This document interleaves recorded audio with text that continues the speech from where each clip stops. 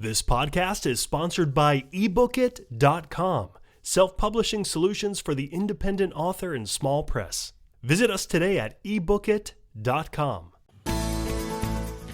Hello and welcome to the Toastmasters podcast, the official podcast of Toastmasters International. Hello everybody and welcome to another edition of the Toastmasters podcast. My name is Bo Bennett. And my name is Ryan Levesque.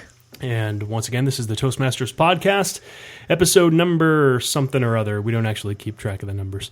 But today is Tuesday, May 18th, 2010.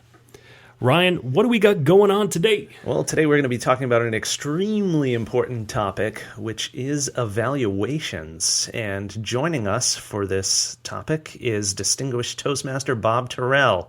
Bob is a presentations coach, speaker, author, and consultant with over 30 years of experience in professional development training with small, medium, and large organizations. With an MBA in personnel administration and organizational psychology, Bob has provided individual professional communications coaching for over 10 years, served as a university instructor, producer of a speech evaluation training DVD, and is the author of an upcoming workbook entitled How to Give Effective Evaluations. Mr. Bob Turel, welcome to the Toastmasters podcast. Thanks, guys. Welcome, Bob. Great to have you with us today, Bob. Now, Bob, as a learning and development professional, I know this is a topic that is near and dear to your heart, as evaluations are critical both for Toastmasters and other areas of life. But could you share with our listeners why this topic is so especially important to you? Well, when I think about why many people have joined Toastmasters, and I'm not saying everyone, but a lot of people do begin by saying, I joined to get over the fear of public speaking. Whether that's true universally or not, think about it. Most people do have at least some trepidation about public speaking. So I think to myself, what's the best way to help them grow and work with that nervous energy? That's to provide coaching. As Lance Miller likes to say, the 2005 world champion of public speaking, be a coach when you evaluate. And a real coach is going to uplift, support, issue really a lot of positivity to that person, at the same time pointing out what his perceptions are or my perceptions are that you think they can benefit from in terms of improvements. Mm-hmm. So I think of all the practicum that Toastmasters allows for, evaluations gives the one chance for us to coach another and support them through their growth and development. Bob, are you a fan of the sandwich method, or do you have another secret up your sleeves? I'm probably the biggest fan in the world. I like to think of myself as the sandwich master, because I realized early on that although that's just recommended by Toastmasters, not everyone, I think, understands or follows it. So if you think about the fact that when you typically make a sandwich, both pieces of bread are about the same size, that's really where I've tried to focus on with my DVD and my upcoming book, is to say, save some specific positives for the end, almost like a closing in a speech, and don't just end with something wimpy. Mm-hmm. Because if you really do it right, the sandwich can uplift, support, and be positive at the same time, giving one or two ideas for the speaker to improve. Now, about the sandwich method, some of the criticisms about that could be like whitewashing. I'm sure you heard of that before. We don't want to whitewash it. We don't want to say things that really aren't true. What's your response to that? Is it easy for anybody to find good things about a really bad speech? Or what do you do in the case when it's difficult to find something good? When it's difficult to find something good, maybe the best thing to do is offer your opinion. Because even if you said to one of the champions, you know, Lance, I like the way you did that, another way to do it might have been. When you offer someone your perception or your feedback, you're not trying to expose a fault or a problem. You're just simply saying, I think it might benefit if you were to look at it this way. But what really happens with this sandwich method is, if it's done correctly, you're offering positives. And if you do the improvement section correctly with constructive feedback language, guys, then you're really offering them points, factors about your perception that might be able to be improved. Once again, it all has to do with the language you use. But if you can tell when someone's whitewashing by simply saying, I couldn't find anything at fault or I couldn't find anything wrong, that's not really the objective of an evaluation. It's to find things about your perception that you can share and that speaker may be able to grow from. Right. Along the lines of the language that you use, Bob, I know one of your suggestions is to substitute judgment words with words that describe your reaction. Could you explain what's meant by that? Yeah. Think about it. If you were to say, or have someone say, hey, Bo, hey, Ryan, your show just didn't come off that well. I don't think it's that good. We start to find words like good as very evaluative or very judgmental. If you stay with perceptions like I got distracted, I enjoyed, I really appreciated, I believe, when you do things like that or say things like that, they become very personal, and therefore they're not confrontational. The person really can't deny what your perceptions are. But when you make judgment words like, that didn't work, champions don't do that, the better speakers always avoid that, those are almost like coming down from the mount and saying to someone, that's against the rules. And in an evaluation, there really are no rules, only feedback. Right. Well, here's a good example. Let me get this piece of feedback that Ryan and I got from our last podcast and tell me how this person could have improved it. Okay. You guys aren't funny. Is that it? That's it. Well, think about it. I enjoy the way you present your podcast, Bo, Ryan. I like the fact that you try to inject humor from time to time, and most of the time it really is effective. However, in this one occasion where I listened, specifically when you told the story about when Ryan was a little boy and blah, blah, blah, I felt that it could have been improved by, or at least it might have been enhanced by. The point is, I'm using a lot more words, guys, but the issue here is that I don't just say, hey, it wasn't funny. I'm giving you an impression as to why I thought maybe it wasn't funny and how it might be able to be improved. We don't need terse statements. We need a few more words that not whitewash, but soften the approach and is more constructive than just, it ain't, it's not, it could be better. Right. Yeah.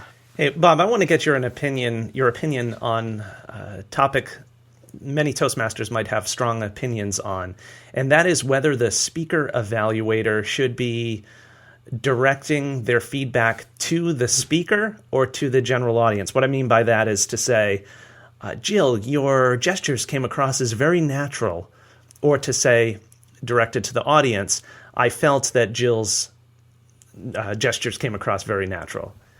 How do you fall in on that?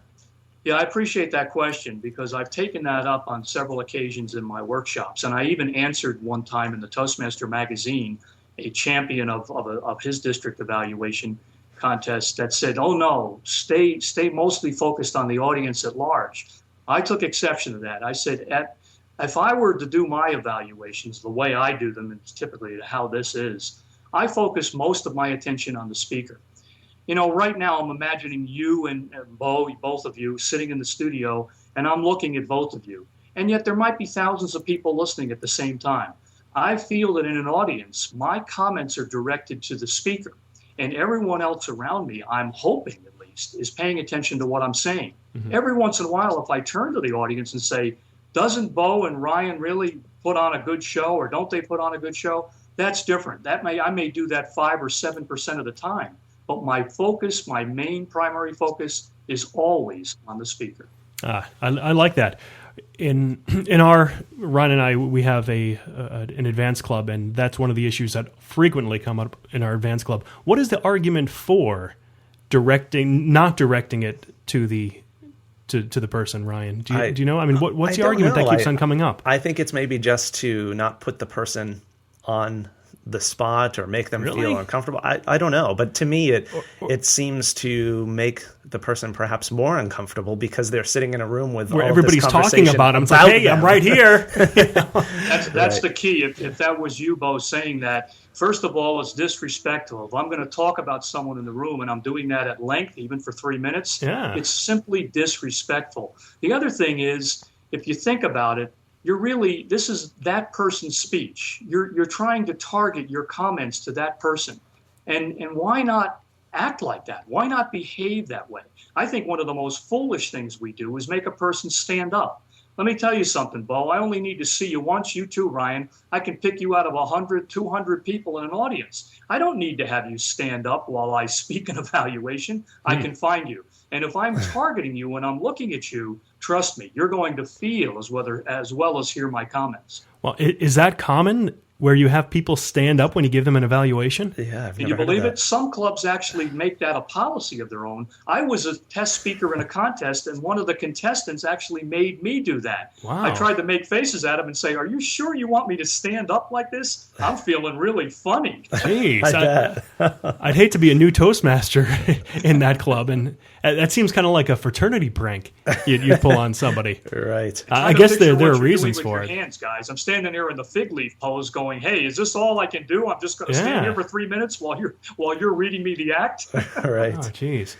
Well, I asked you before about what do you do if you can't find anything good to say. Now let's take the opposite. What do you do if you can't find anything bad to say?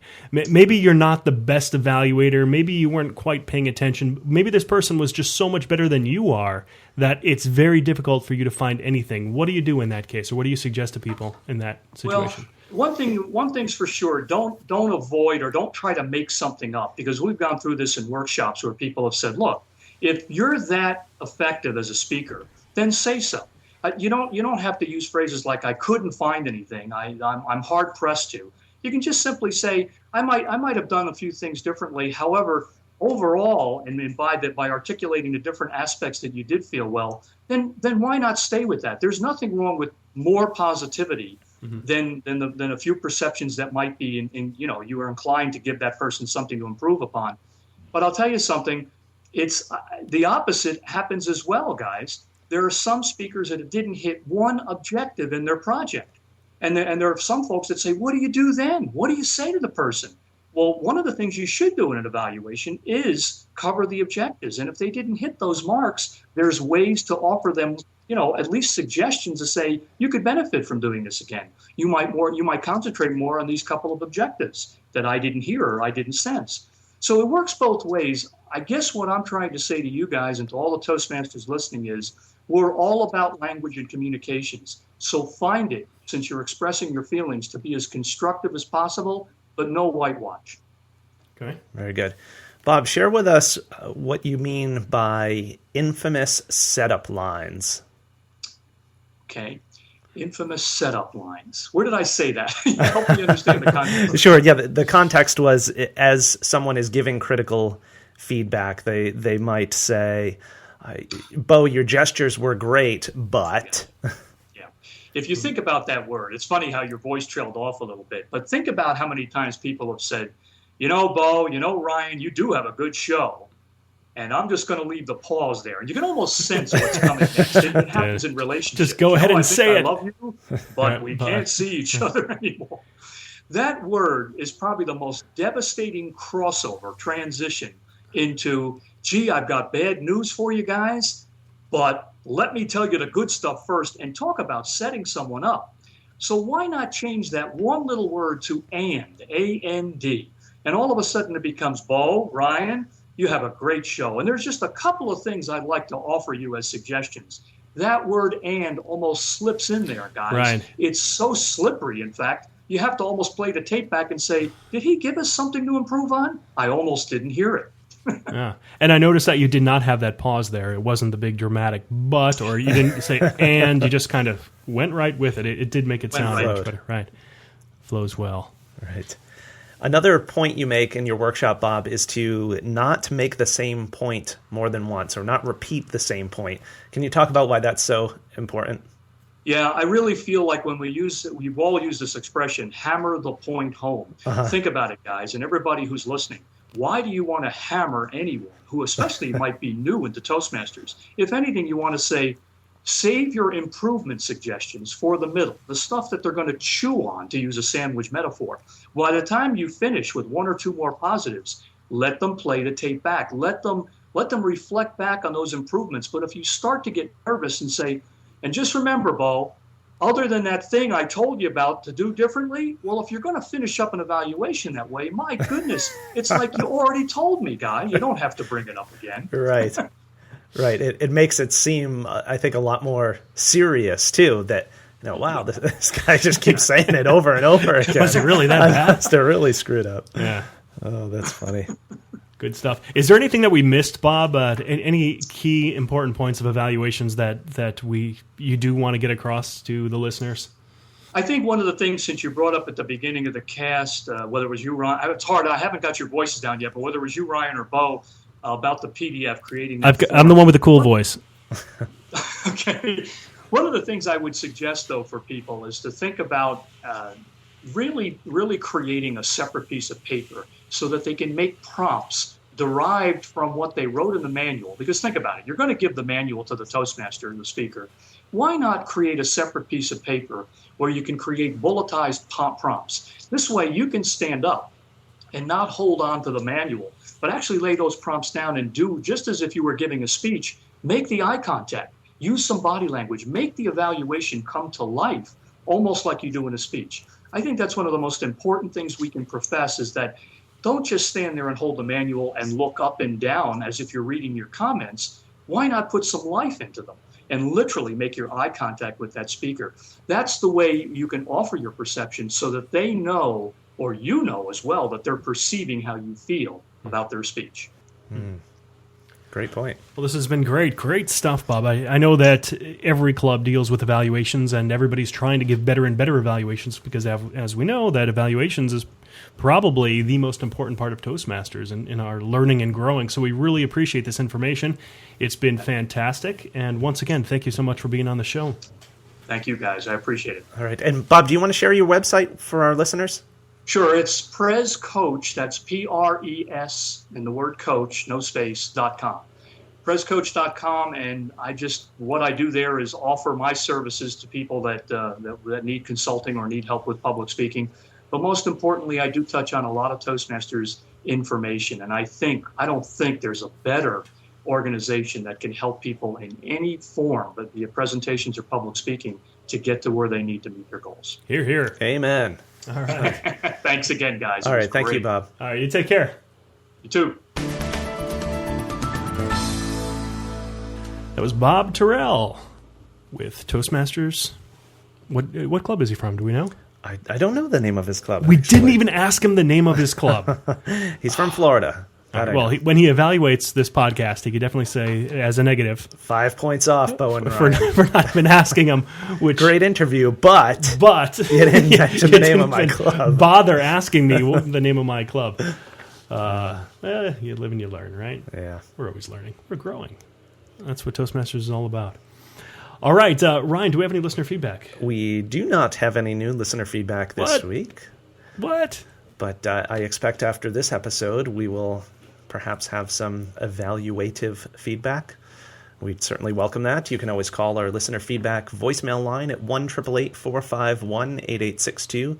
You can send us an email, podcast@toastmasters.org. You can post on our blogs at toastmasterspodcast.com. And, of course, find us on Twitter, twitter.com/the TM podcast. We'd love to hear from you. All right, everybody. Until next time, my name is Bo Bennett. And I'm Ryan Levesque. Take care, everybody.